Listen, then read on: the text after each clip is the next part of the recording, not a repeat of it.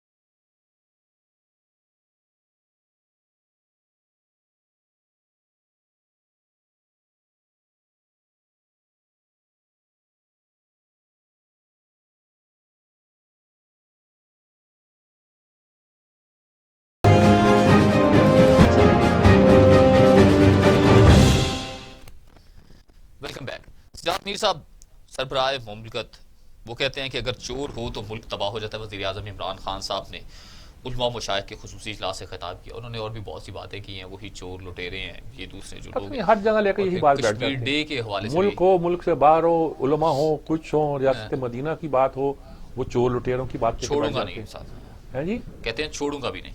نہیں, یہ بات یہ ہے کہ مجھے بتائیں کہ حکومت لیتے ہی حضور نبی کریم نے کب یہ اعلان کیا تھا کہ اس شہر میں جتنے چور لفنگے لچے لفنگے لوٹنے والے پہلے جتنے موجود تھے, یہاں کے قبیلوں کے سردار یا دوسرے لوگ جن کو بعد میں منافقین بھی کہا گیا, اور منافقین کی ایک طرح کے خلاف قرآن کی ایسی آیتیں ہیں جو کافروں کے خلاف بھی نہیں ہوتی, اس سب کے باوجود بھی کبھی یہ ہوا ہے کہ انہوں نے عبداللہ بن ابی تک سے انہوں نے ایک طرح کا کیا کو برداشت کیا، سبھی کو برداشت، یہ لگے ہوئے ہیں، خود کہتے ہیں کہ ڈیوائیڈڈ نہیں ہونا چاہیے، ڈیوائیڈڈ نہیں ہونا چاہیے. وہ ڈیوائیڈ آپ کر رہے ہو نا جی، سب سے پہلے ڈیوائیڈ کر رہے ہو. ریاست مدینہ کا پہلا فکرہ یہ تھا، یا مساق جمہوریت مساق مدینہ بنا ہے، پہلا فکرہ یہ تھا کہ مسلمان اور یہودی، یعنی مسلمان اور غیر مسلم امت واحدہ ہے، یہ لفظ تھا. آپ نے ملک کو تقسیم کر دیا، قوم کو بانٹ دیا، اور خود آپ کو احساس ہے بٹی ہوئی قوم کبھی یہ قوم نہیں بن سکتی، اور آپ چلیں ریاست مدینہ بنانے کے لیے. جہاں یہودیوں کے ساتھ انہوں نے یہ کہہ دیا کہ امت واحدہ ہے، جب اس پہ قائم نہیں رہے تو دوسری بات ہے، اس کے بعد تو جو سزا دینی تھی وہ دی ان کو، کیونکہ وہ تو آئین سے انحراف تھا، وہ تو اس مساق سے انحراف تھا جو مساق مدینہ کہلاتا ہے. وہ آئین تھا، دنیا کا پہلا تحریری آئین تھا. وہ اس بات سے انحراف تھا کہ جو معاہدہ ہوا ہے اس کو توڑا ہے آپ نے. لیکن یہ نہیں کہ آتے لٹھ لے کے پڑ جائیں، آپ کہیں کہ بھی، اور ہر پورے اسٹیٹ کے مسائل اس بات پہ لگ جائیں کہ ان کو چور ڈاکو ثابت کرنا ہے. میری تنخواہوں سے پلنے والا کچھ نہیں کرتا بیٹھا ہوا وہاں، صرف یہ بیانات ان کے خلاف دیتا ہے. صحیح، میں اسے کیا کروں؟ بس کیا کہہ سکتے ہیں، سمجھ نہیں. صحیح. اگلی اسٹوری کی جانب مجھے بڑھنا ہے. کھیل کے میدانوں سے جی بڑی اچھی خوشخبری ہے پاکستان کے لیے، پاکستان نے کلین سویپ کر دی. وہ ہم کہتے تھے، کچھ ایک نظم بھی تھی، اتنی ہی مسرت کافی ہے. اس دکھوں کی باری ہوئی قوم کو لیے یہ تھوڑی سی خوشی جو ہے نا بہت اچھی لگتی ہے. ورنہ لگ رہا تھا کہ ہمارا اپنے وقت کا بڑا آل راؤنڈر اور کپتان جس کو نمبر 1 ہم گنتے ہیں، اس کی قیادت میں کرکٹ بھی زوال پذیر ہے. لیکن اللہ نے احسان کیا، ہم اس قوم پہ کیا یا اس پہ کیا مجھے نہیں پتا، اس قوم پہ کیا کہ کرکٹ کے دونوں ٹیسٹ میچ اتنے سال کے بعد، 17-18 سال کے بعد پاکستان جنوبی افریقہ سے کوئی سیریز جیتا ہے، اور بڑا کھلے میں جیتا ہے.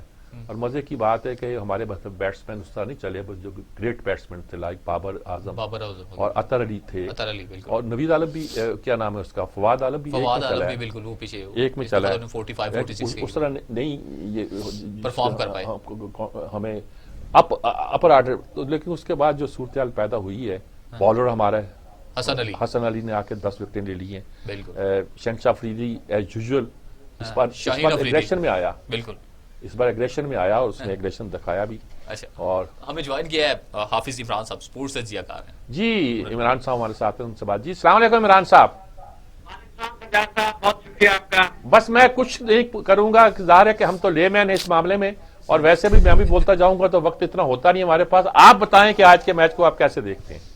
اب بہت خوشی کی بات ہے، اور ایک عرصے بعد پاکستان کے فاسٹ بولرز نے جس قسم کی کارکردگی کا مظاہرہ کیا ہے، انفرادی طور پر اور اجتماعی طور پر پاکستان کے کھلاڑیوں نے اپنے ہوم گراؤنڈ پر جس قسم کی کرکٹ کھیلی ہے، اس سے یقینی طور پر نہ صرف جو کرکٹ دیکھنے والے ہیں ان کو یہ آنکھوں کو بہت بھلا معلوم ہوتا ہے، بلکہ جو لوگ بات کر رہے ہیں یا لکھ رہے ہیں ان کے لیے بھی ایک ایسا مواد ضرور سامنے آتا ہے کہ جہاں پر انہیں اپنے کھلاڑیوں کی تعریف کا موقع ملے گا. ہم اکثر یہ دیکھتے ہیں کہ ہم زیادہ تر تنقید کر رہے ہوتے ہیں، اور اس کی وجہ ٹیم کی کارکردگی یا پاکستان کرکٹ بورڈ کے غلط فیصلے ہوتے ہیں.